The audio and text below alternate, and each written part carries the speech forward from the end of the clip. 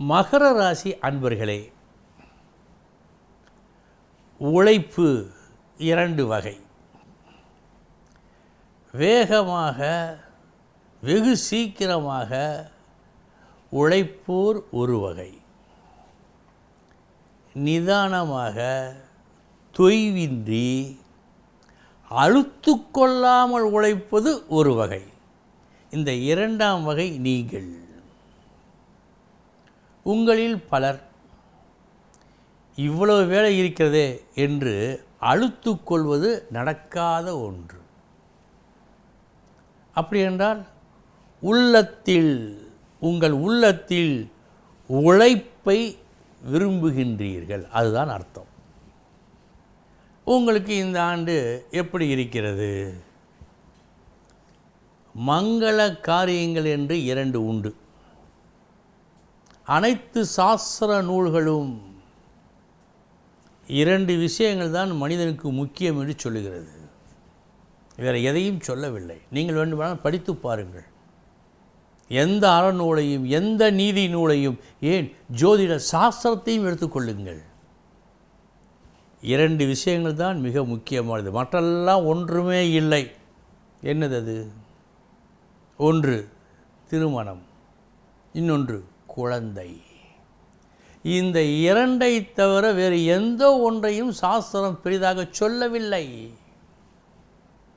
இந்த இரண்டும் இந்த ஆண்டு உங்களுக்கு நல்லபடியாக அமைகிறது. இத்தனை வருடங்கள் ஆகிவிட்டது, கடவுளே ஒரு குழந்தை பேரு இல்லையே என்று ஏங்கி தவிப்பவராக நீங்கள் இருந்தால் கவலையை விடுங்கள், இந்த ஆண்டு குழந்தை உண்டு. இத்தனை ஆண்டுகள் ஆகிவிட்டன, நானும் பார்க்காத இடமில்லை, ஒரு நல்ல வரன் அமையவில்லையே என்று ஏங்கும் பெற்றோரா,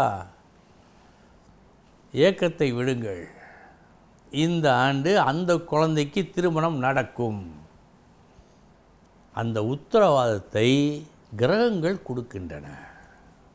ஆக மகர ராசி அன்பர்களுக்கு நடக்க வேண்டிய தள்ளிப்போய் கொண்டிருக்கின்ற நல்ல விஷயங்கள், அது திருமணமாகட்டும் குழந்தையாகட்டும் மற்ற எந்த நன்மைகளும் இந்த ஆண்டு கண்டிப்பாய் நடக்கும். அதே சமயம் இன்னொரு விஷயத்தையும் கவனித்து கொள்ள வேண்டும். வெளியிடத்திலிருந்து வருகின்ற செய்திகளை நீங்கள் வடிகட்டி தான் ஏற்க வேண்டும். இது மிக முக்கியம். நல்ல செய்தியும் வரும், கெட்ட செய்தியும் வரும். நல்ல செய்தியை நம்புவதை விட கெட்ட செய்தியைத்தான் நம்ப வேண்டும் என்று நீங்கள் நினைக்கின்ற அளவுக்கு பொய்மையை பூசிக்கொண்டு வரும். கவனம் தேவை. அப்போதானே நல்ல வரனை நீங்கள் அமைத்து கொள்ளலாம். இந்த இரண்டையும் நீங்கள் சரிவர கவனித்து கொண்டால் அமைய இருக்கும் வாழ்க்கையில் நிம்மதி சுகம் நல்லபடியாக இருக்கும். அதை இந்த ஆண்டு உங்களுக்கு தருகிறது.